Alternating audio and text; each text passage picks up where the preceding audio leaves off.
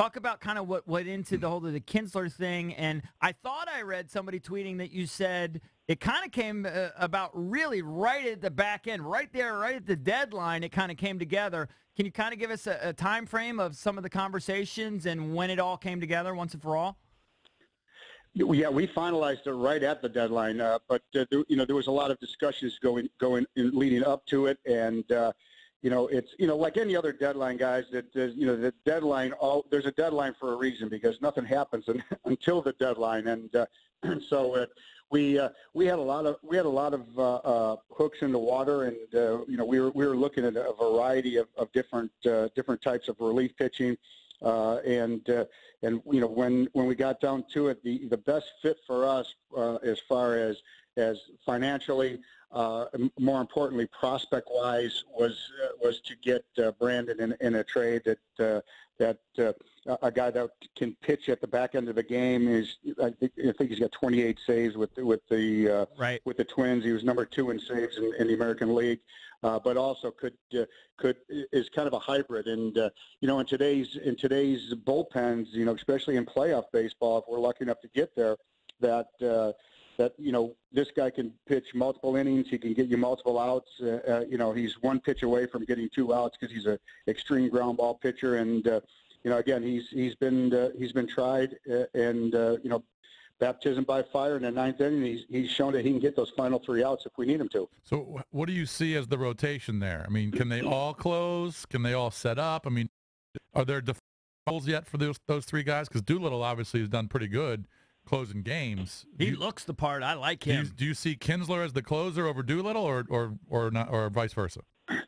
Well, I think that what we've accomplished in doing is I think we've shortened the game up. Now we can go in 7, 8, and 9 with 3 quality true professionals that have done it at the highest leverage innings that you could get. I think that we're gonna take the next 30, 40 days to figure out which is the best rotation at the back end of those games. All 3 are capable of doing it. They've all done it. Sean is 4 for 4 for us right now, and Madsen's been terrific in the 8th inning, and Kinsler's 28 for 32 and with Minnesota. So we've got a lot of options. I don't think any one of these people have an ego that says that I can only pitch X inning, and that's great. And you see in playoff baseball, the Millers of the world that pitch, if the leverage inning is the 6th and 7th inning in the playoffs, Miller's going 2 innings, and so there's guys that are going to go multiple outs and multiple innings, and once you get to playoff baseball, all bets are off, and you put your ego in the back seat, and you're trying to do what's best for the team. So I see that happening.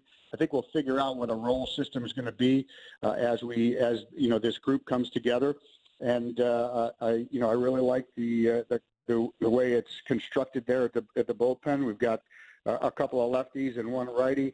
We've got a strikeout. We got 2 strikeout guys in Doolittle and Madsen. We've got a ground ball guy in Kinsler. There's different looks.